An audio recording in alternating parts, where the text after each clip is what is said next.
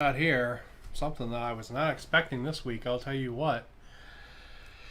I was definitely not expecting it this week. I was expecting this in like 2 weeks.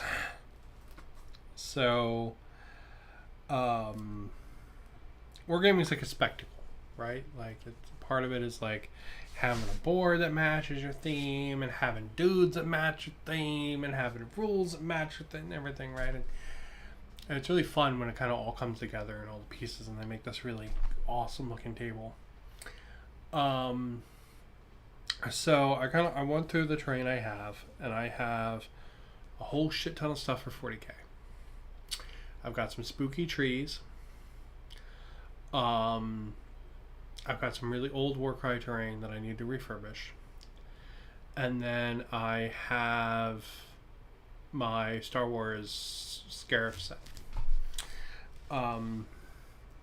What I don't have is like good fantasy buildings or good terrain for historical wargaming. Now, these aren't exactly historical wargaming, but I'm an ignorant American, and if you told me this was 1940s France, these buildings, I would just believe you.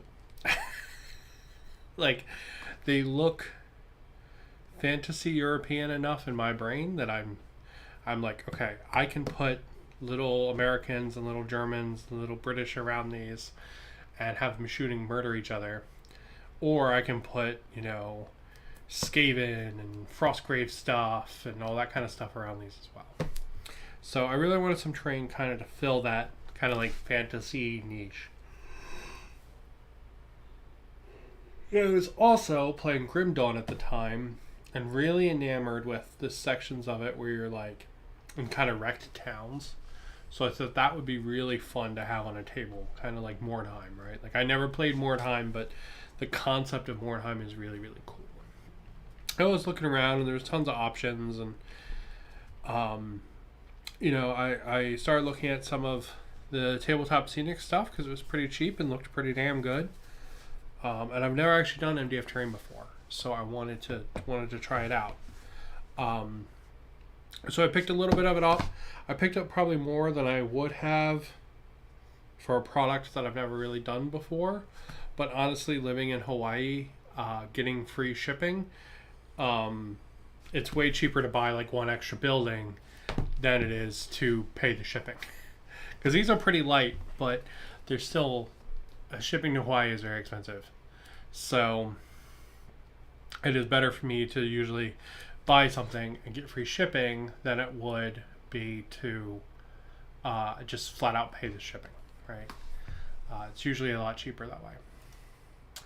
So I figured we would check out what I got and maybe open one of them up and see what it's like. That might be pretty cool. So first thing I got is this guy, which is the Rodden Stockade. So this is probably the least detailed of them, but even then it looks like there's lots of cool detail in there.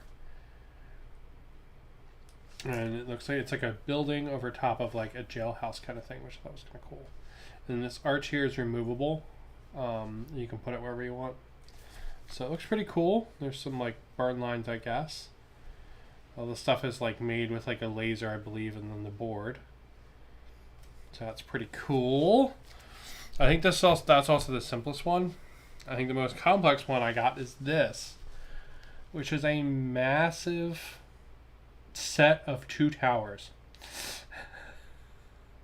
Honestly, I really mainly wanted this one because I think this one's too big for my setup. Like, I legitimately, if I kind of measure it out with my fingers, I think this is going to be really freaking tall. But I thought it might also be really, really neat, especially as like a set piece. Maybe playing a game like up the tower for Frostgrave might be really cool. And you can see there's just a ludicrous amount of little detail in these things. Just crazy. Really cool. Super, super cool. And this one I really love. This was one of the ones that really convinced me to get it. This is a bunch of just like assorted ruined fantasy buildings. They're kind of like shops, from what I can tell. These are like shops, because this one's got like an overhang where you could have like market stalls and stuff, and this one's I think supposed to look like some kind of old antiquity shop, and this one I think is some kind of food store. But it's three really different buildings. I was really in love with these two. That one's okay, but again, it looks pretty darn cool. And then, I mean, this was like, I don't know, like maybe like $15, at least 3 buildings, which is really cool.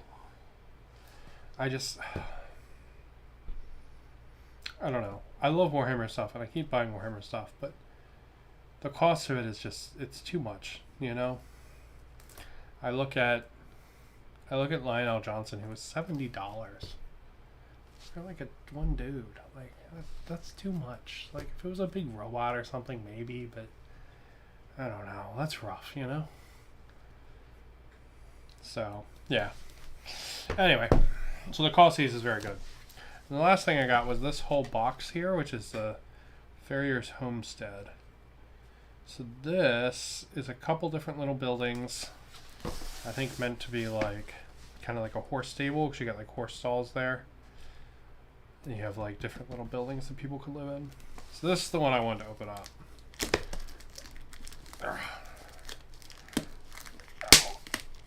I'm sure I will do many videos on these.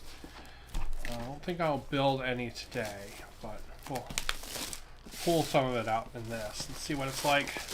This, by the way, was like $25 or something. Like, it's looking ridiculous. Because like these buildings here, I think this is almost enough to fill my table. Just this one box by itself. And I just ordered Strike from the company because they had that free shipping, like I mentioned, which is super valuable living in Hawaii.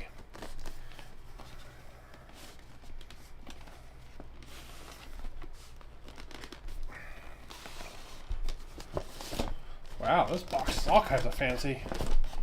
Jesus, look at that. Wow. That's one fancy fucking box.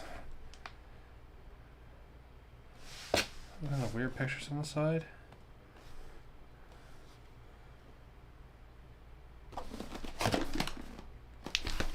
Weird, okay. I would have just been happy if it was in saran wrap like the others. Oh man. This is what I think they call gray board, which I think is just really thick paper. Yeah. It's like kind of like pseudo cardboard.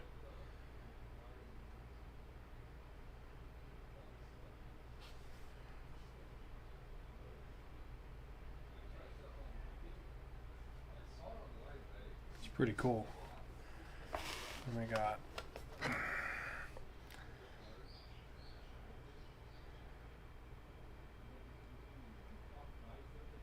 Bunch of building pieces. Got some kind of window there.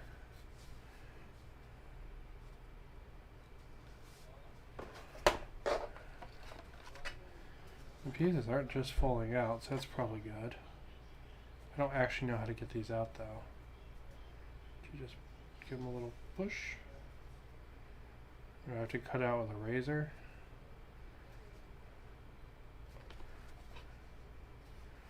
Feels like it's loose in some areas, but not in all of them. Interesting.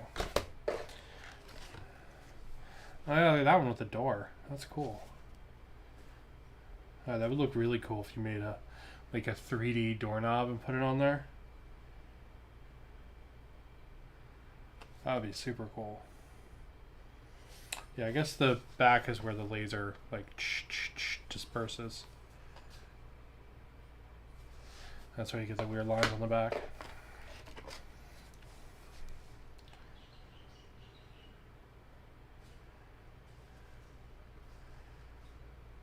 Kind of wish the stuff was numbered, but it shouldn't be that bad. Especially if we're just doing like one building.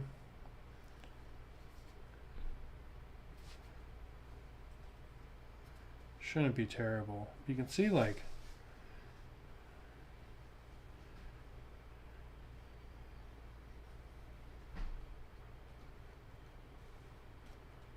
they use the edges really smartly. That's pretty cool.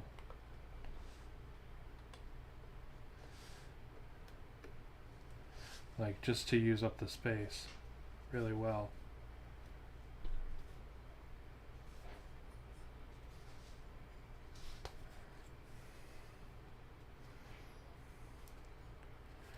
Interesting.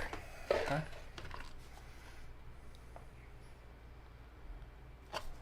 That guy.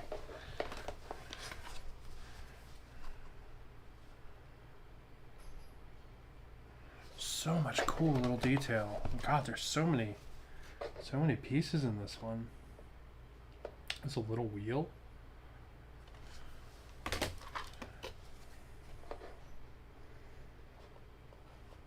Some kind of fountain or door bit.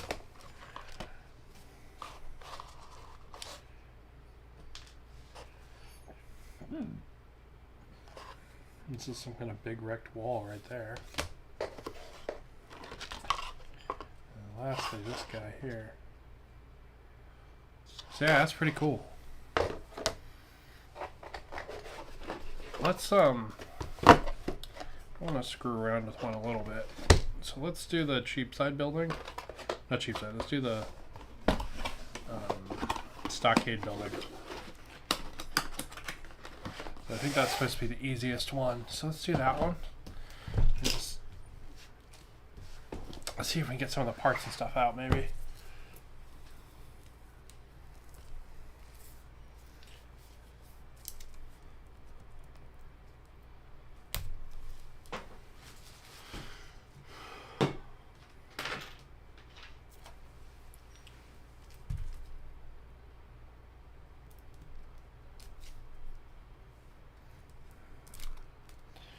Yeah, this one says it's the easiest, so.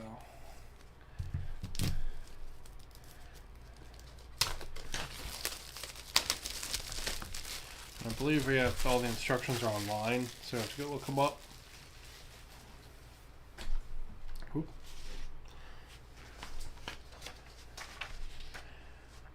Nice if the instructions had like a QR code or something. That'd be pretty cool.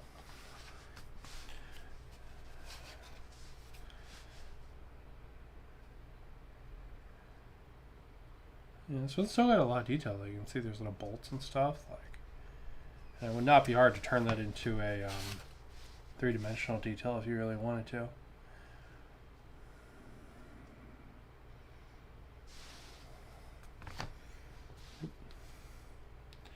So one of the little chunks fall out. I guess the one above it did.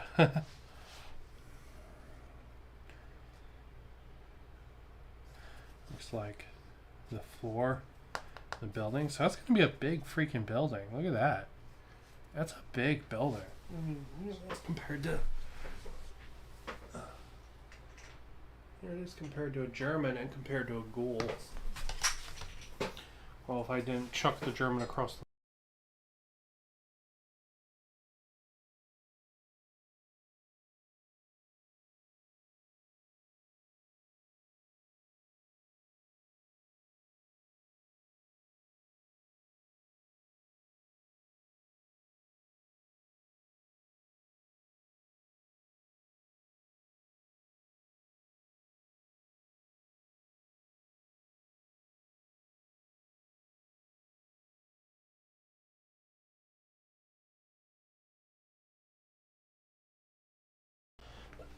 I was born in the cringe, molded by it. You merely adopted it. So yeah, look at that. That's a big building, man. Even the door there is the right size for a guy. All right, and then you got like this fantasy ghoul here. You can fit a whole pack in there. It's gonna be a big building for essentially like not very much money at all. And then this guy here. So we look at it on the back.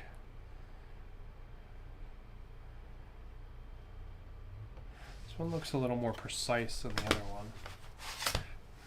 Alright, so how do we build these? Do they push out? I think they just push out.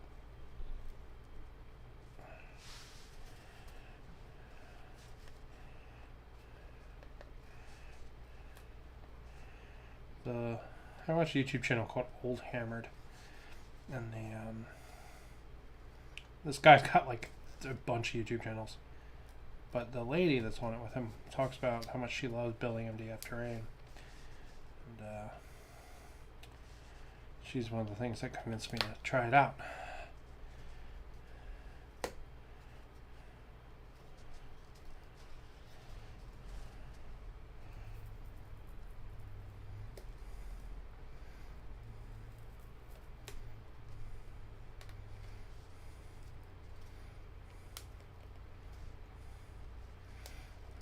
I guess maybe you want to go around it with a razor knife.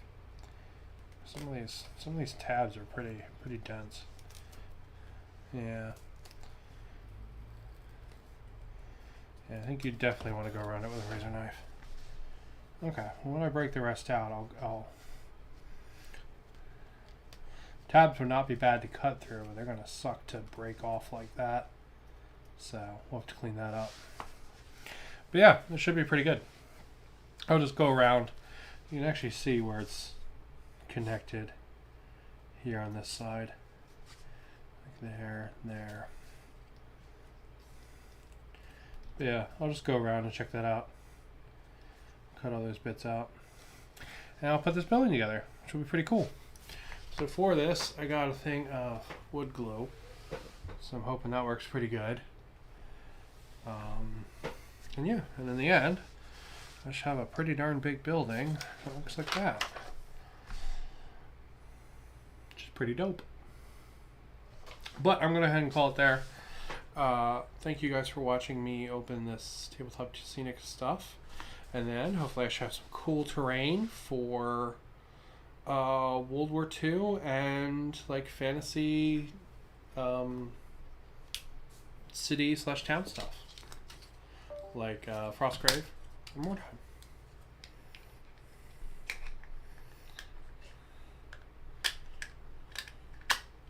Alright, but I'm going to call it there. Thank you guys for watching. Keep on keeping on.